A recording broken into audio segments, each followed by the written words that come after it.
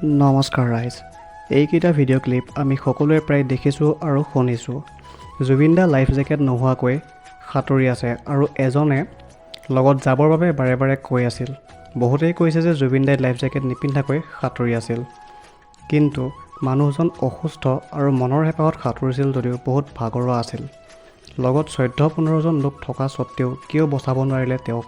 কিয় জানি শুনি মানুহজনক অৱহেলা কৰি মৃত্যুমুখলৈ ঠেলি দিলে? ভিডিঅ' ক্লিপত থকা প্ৰায়কেইজন লোকে জুবিন দাক জানে আৰু জুবিন দাৰ অসুস্থতাৰ কথা জানে। তাৰ পাছতো লৈ গ'ল পানীৰ মাজলৈ।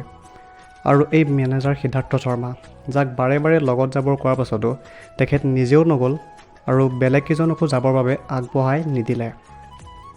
মানুহজনক দেখাতেই লাগে যে মানুহজন ভাগৰুৱা, কাৰণ তেওঁ প্ৰথমবাৰে লাইফ জেকেটটো পিন্ধি উপঙি দিয়াৰ দৰে দিছিল আৰু এইবাৰো তেখেতে ধৰিব পৰা নাই, কাৰণ মানুহজন বহুতেই বেছি অসুস্থ আছিল আৰু মানুহজনক বহুত ৰাতিলৈকে ড্ৰিংকছ কৰোৱা বুলিও শেখৰ জ্যোতিয়ে কৈছিলে।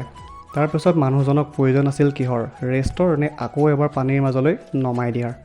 তেখেতলোকে মানুহজনক উচতাই পানীৰ মাজলৈ নমাই দিলে আৰু নিজেও আনন্দ কৰি মানুহজনক তিলকৈ চেছ কৰি পেলালে। যিজন মানুহক ৰেষ্টৰ প্ৰয়োজন আছিল সেই মানুহজনক পানীৰ মাজত ৰখাই থৈ তেখেতৰ জীৱনৰ সৈতে হেতালি খেলিলে।